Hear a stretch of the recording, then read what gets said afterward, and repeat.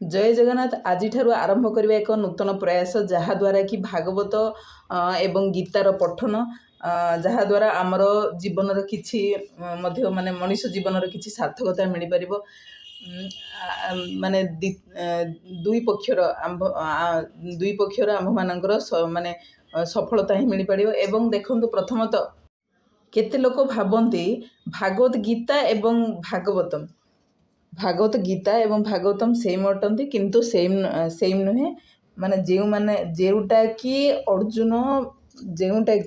भगवान अर्जुन को सामना रे गाइले माने अर्जुन को सामना रे गाइले भगवान से होची आमर गीता।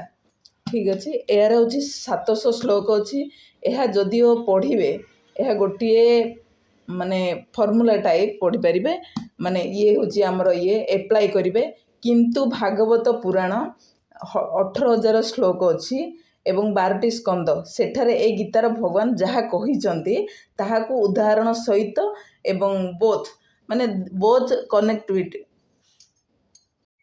ये आमर होचंदी भागवतम ये आमर होचंदी भागवत गीता। भागवत जेहेतु 12टी स्कंद रही देखंतु आमर ये आमर प्रथम स्कंद भगवान का आशीर्वाद मु ए सबू बही को माने पाई परिछि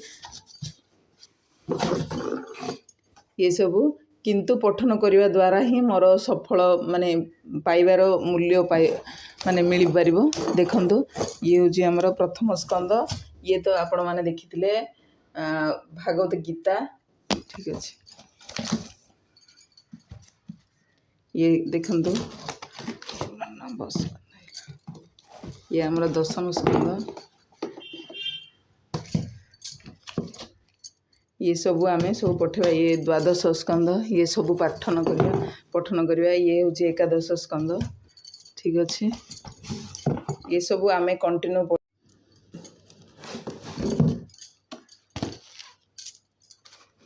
ये हूँ आमर चतुर्थ स्कंद। प्रथमतः ये देखंतु